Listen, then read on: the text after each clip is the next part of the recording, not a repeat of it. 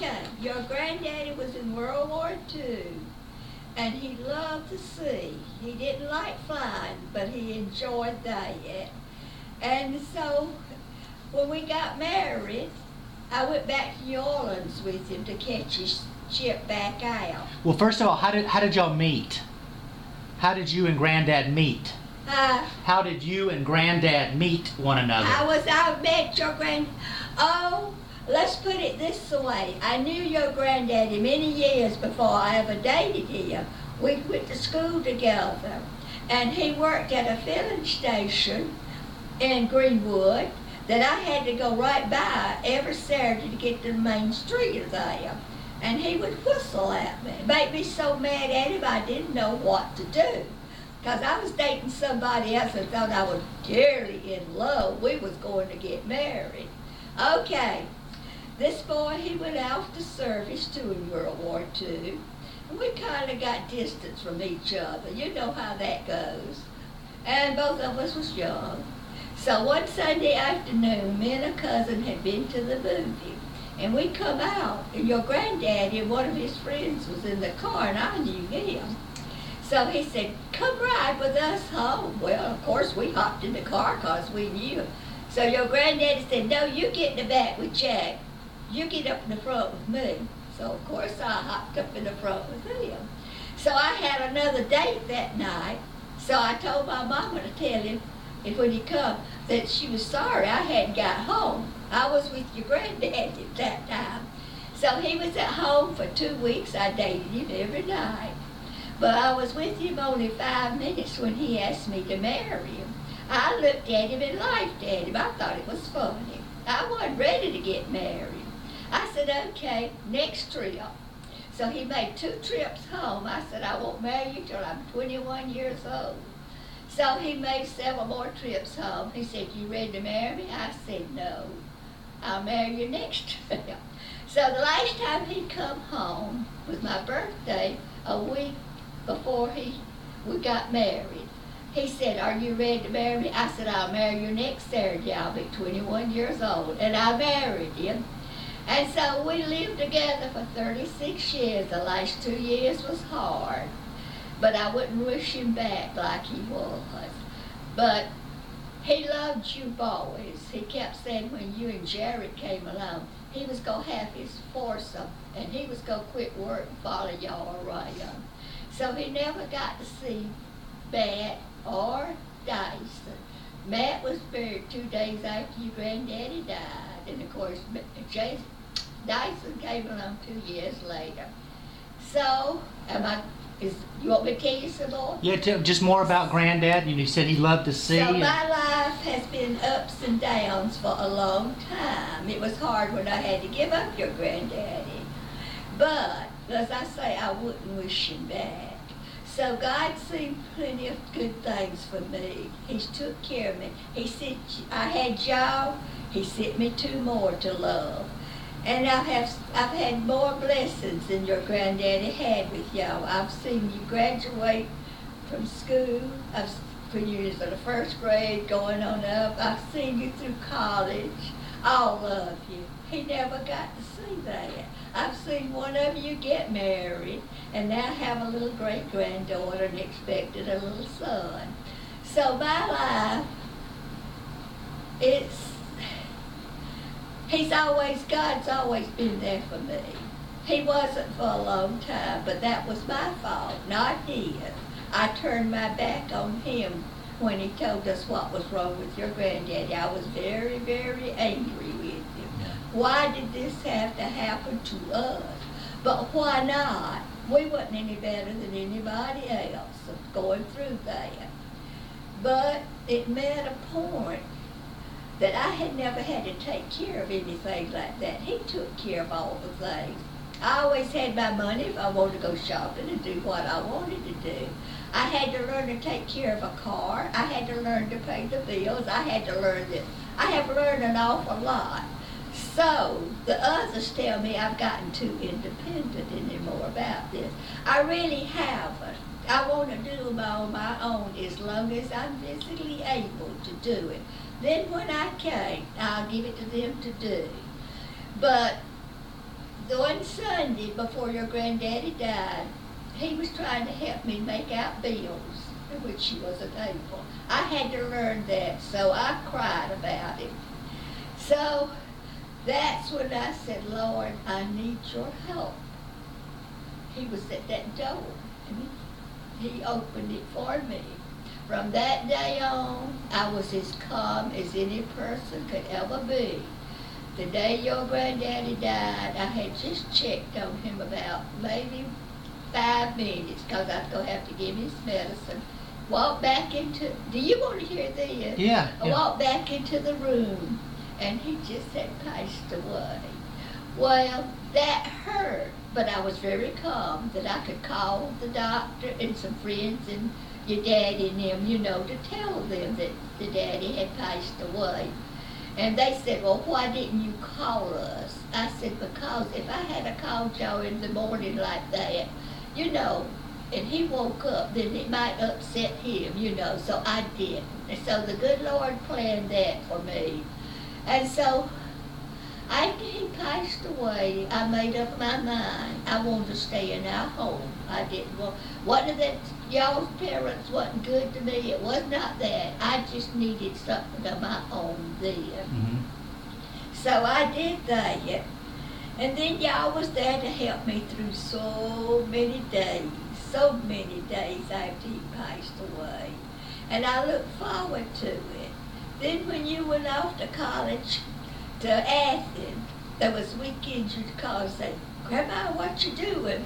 Oh, nothing. I'm coming to hang out with you. I said, okay, you didn't say you coming to see me. You go come and hang out with me. I said, well, come on, we'll hang out together. And you'll never know how many good them trips made me, because they was lonely days a lot of time. And they still, I'm here at St. Paul's, and I do have a lot of friends, black and white, that I love dearly. But sometimes it's kind of lonesome. I do get lonesome. I think most people do sometimes. And you want people. Then there are times you'd rather be by yourself. So it's just hard when I look at y'all and you're grown now. I know you're adults, but you'll always be babies to me as long as I live. So you're just supposed to accept that part of it and know how much I love you. So maybe you could tell me about some of the trips that you and Granddad took. That's what, honey? So maybe you could tell me about some of the trips that you and Granddad took. Oh, that we went on. Okay. You want me to tell where we stayed in York? Yeah, that's fine. Okay, we stayed at what was the name of that hotel? It's still there. I can't think of it right now. But we stayed 3 months in New Orleans. Oh, I was a very backward little thing. I lived in a small town. Was always with cousins doing things, or families. So your granddaddy was very much outgoing. Of course, I was a year and 4 months older than him, but everybody thought he was older than me. But he'd been around the world 3 times, so he was very nice with himself. So we stayed down there, and he couldn't decide if he had enough time he could come out, but he couldn't decide he'd make up his mind. So I said, okay, you go if you want to go, but I'm not staying in New Orleans by myself. I said, I'll call my daddy to come get me, and he will. And I knew my daddy would. Well, he went back down there a couple of times. Then he come back, he said, well, we're going home. I said, oh. He said, yeah. I said, well, that was your decision, not mine. Don't look at me later on and say, I wished I'd have went back to sea. So we did. And then we had Connie, then we had your daddy, then we had Risa. So I think he always wished he'd went back to sea, because he would have he wouldn't have been quite, maybe 30 years old, he could have retired with a full ability. But they wasn't included in the GI Bills of Rights at all. They should have been, but they wasn't. They went out so far with ships, and then they left them on their own. So your granddaddy and them did have a ship left out from under them. They was no motor or anything, drifting in the ocean for, I believe, 60-some days. and with all this ammunition carried behind them, because during World War II, we didn't have the things that they have now. You know, everything went by ship then. So today, things can be flown to the service people all over the world quicker. Mm-hmm.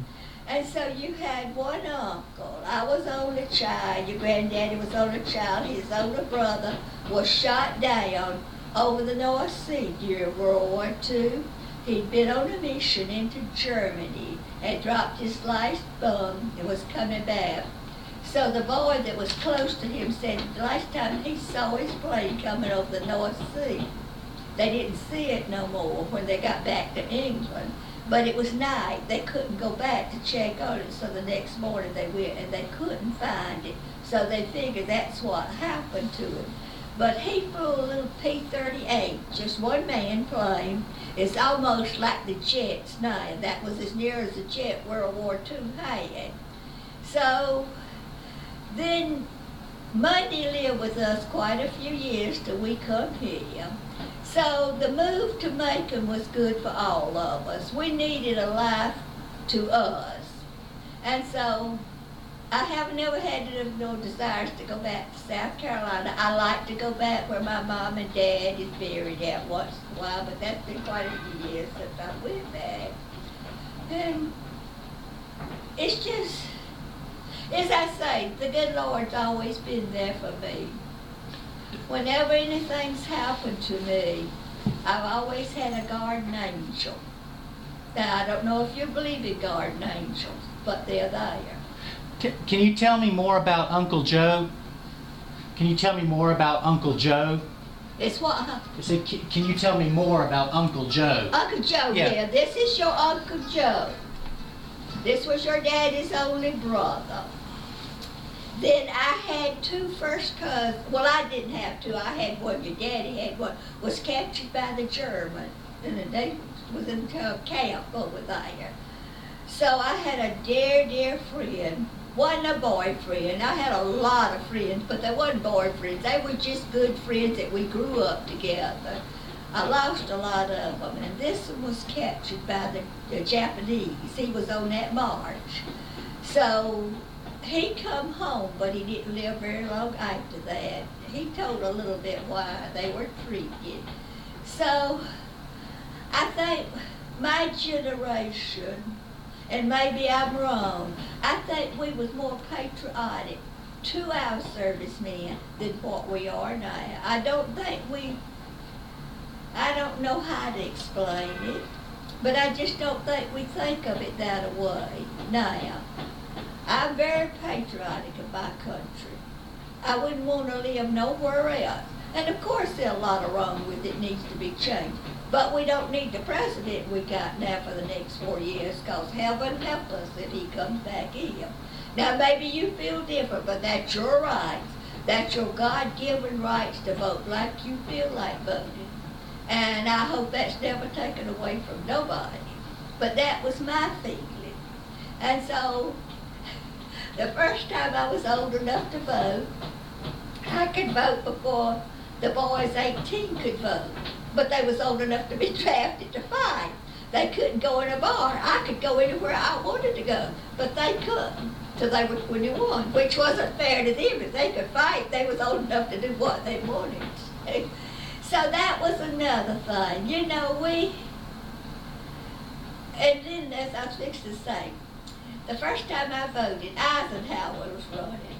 My family, as far back as I can remember, anything was Democrats, which the Southerners never had a Republican until, I believe it was Eisenhower, was our first Republican president. What did I do? I voted a whole Republican ticket. I thought your granddaddy was going to kill me. But it was fun. We had a lot of fun with him. I told him, I said, okay, wait, you're going to have more than you ever had. So he had to admit that. And so, but he still, I don't know how he voted from then on. I don't know if he turned a Republican, but I could always know how Ray was going to vote, your granddaddy. I always knew how your daddy, your Aunt Connie, and Teresa voted. I knew how they was going to vote, but we never told them how to vote. You listen.